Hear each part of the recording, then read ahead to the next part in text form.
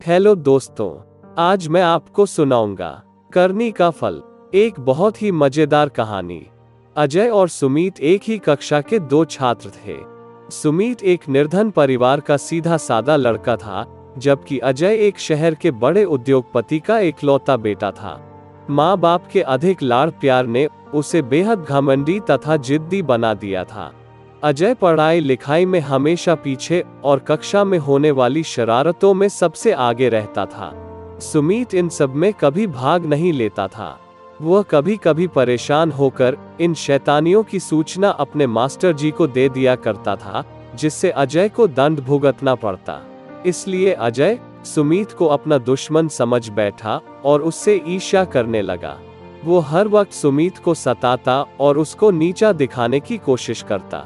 वो मन ही मन सुमीत से बदला लेने और उसे सबक सिखाने के लिए अवसर की प्रतीक्षा में था। आखिर उसे मौका मिल ही गया। वो दीपावली की जगमगाती रात थी। घर घर में रोशनियों की चमक दमक ने चारों ओर उजाला कर रखा था।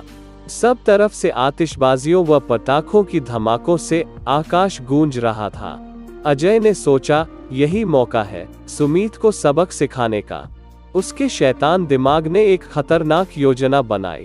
थोड़ी देर बाद सुमीत जब उसके घर के सामने से गुजरेगा तो वह अपना काम निपटा लेगा। जो भी नुकसान होगा उसे महज एक दुर्घटना ही समझा जाएगा और उस पर कोई इल्जाम नहीं आएगा। ज्यों ही सुमीत वहां से गुजरा, अजय ने उस पर कुछ बम पटाखे फेंके। बम फटाखों की धमाकों के साथ साथ दर्दनाक चीखों से वातावरण गूंज उठा। अजय की चीखें सुनकर सुमीत तेजी से अजय की ओर दौड़ा। उसने शोर मचाकर आसपास के लोगों को इकट्ठा किया। अजय लगभग बेहोशी की हालत में था। उसके हाथ, पांव और चेहरे के काफी मांस जल गए थे। उसे तुरंत अस्पताल पहुंचाया गया। अजय के माता पिता अपने पुत्र की ऐसी दुर्दशा देखकर रो पड़े। अजय को 7 दिनों तक अस्पताल में ही रहना पड़ा। बेहोशी की हालत में वो बड़बड़ाता, सुमीत मुझे माफ कर दो, सुमीत मुझे माफ कर दो।